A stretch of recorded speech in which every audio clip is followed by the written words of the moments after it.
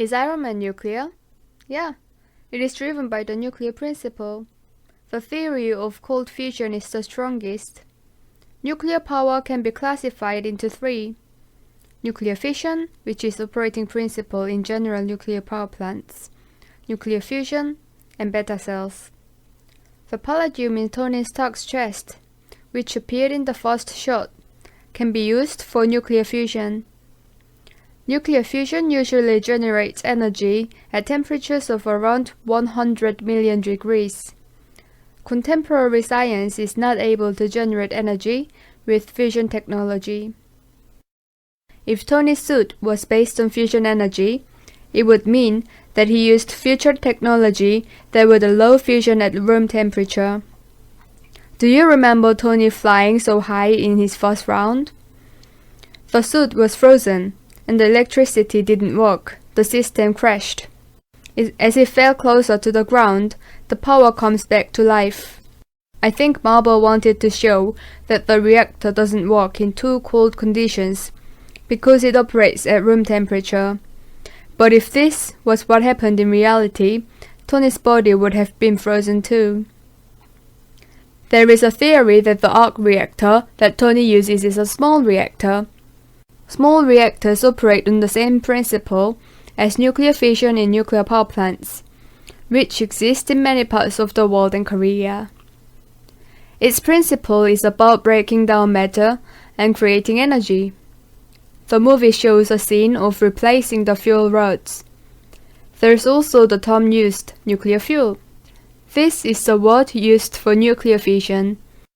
Is there a possibility that Tony used beta cells too? Beta battery is a field that has been hotly researched since 2017 after being attempted in the Korean nuclear field for 20 years. The material that emits electrons acts as a battery. Half-life, when the amount of electrons emitted is cut in half, strontium, for example, is about 30 years. You can use it for a long time without recharging. It is being researched for applications in extreme areas because it is suitable for use in the environments that cannot do charging and discharging at ease, such as medical, defense, aerospace, marine, nuclear power plants, and robots. I'll talk about beta cells later. Is it possible to make an Ironman suit with nuclear power? It's not possible right now, but in reality, there is a ship that breaks ice that operates on the principle of nuclear fission power. The first ship, for example, is 55 meters, which is about the same height as the apartment's 20th floor, and it is large. This large ship contains 2 nuclear submarine reactors with a capacity of 171 megawatts each. It runs for 6 years and 6 months without a break, and you just need to change the fuel rod every 4 years. The first Ironman suit generated a 3 gigawatt output. That's 18 nuclear submarine reactors. It's an incredible efficiency compared to a small size that's not made in reality. Let me explain a little bit more about why you cannot make Ironman suits with this reactor. In case of nuclear reactors, even the smallest ones will have multiple shields, because we have to make sure that they cannot break out. It is shielding, but when you apply this shield, you will get a lot bigger. The other reason is because of the principle of nuclear power. A nuclear power plant goes through the process of making hot heat and turning it into electricity. In other words, there must be a separate device that generates heat into electricity.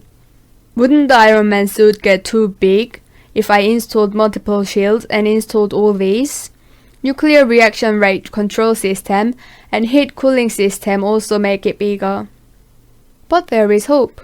There is a small reactor called SMART, invented by the Korea Atomic Energy Research Institute, and it is showing movement to export to Saudi Arabia. It's a more advanced form than the small reactor we had in the past. There is also a dream car that is powered by nuclear that the world's richest Bill Gates dream of. Public opposition is a big obstacle, but it remains a hot topic for scientists. We cannot make Ironman suit with the current technology. The theory that Tony's energy source is nuclear fusion is the strongest, but looking at the trend, it could be possible to make it faster by fission. Doesn't Ironman's suit explode after being hit so many times? If you watch the movie, you know the answer. You will remember that when Tony fights and his suit is destroyed, it just stops working and doesn't explode. Nuclear fusion, unlike fission, has no risk of explosion. Physical damage caused by external shocks quickly breaks down the energy-producing plasma state.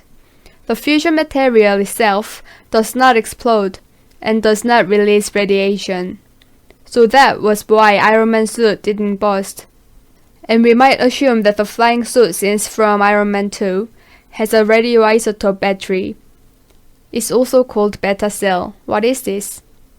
Beta cells emit beta rays from radioactive isotopes. That is, batteries can convert electrons into electrical energy and use them without charging. The beta rays emitted by the radioisotope are electron beams, and the flow of electrons is current. The radioisotope that emits electrons itself acts as a battery. Beta rays are easy to shield because they do not emit strong radiation, such as neutrons or gamma rays like nuclear fission reactors. The human body is not overwhelmed by this. The beta cell itself can be made smaller by a few grams of material and is easy to shield. I remember the Ironman suit being developed through evolution. If you use modules such as end parts and repulse guns, you can think there is a battery unit for each part besides external charging power. The beta cells themselves don't have the risk of explosion like fission. Did you have fun? We had time to speculate about the Ironman suit. There is no official position from Marvel, so please keep this as a light topic. See you next time!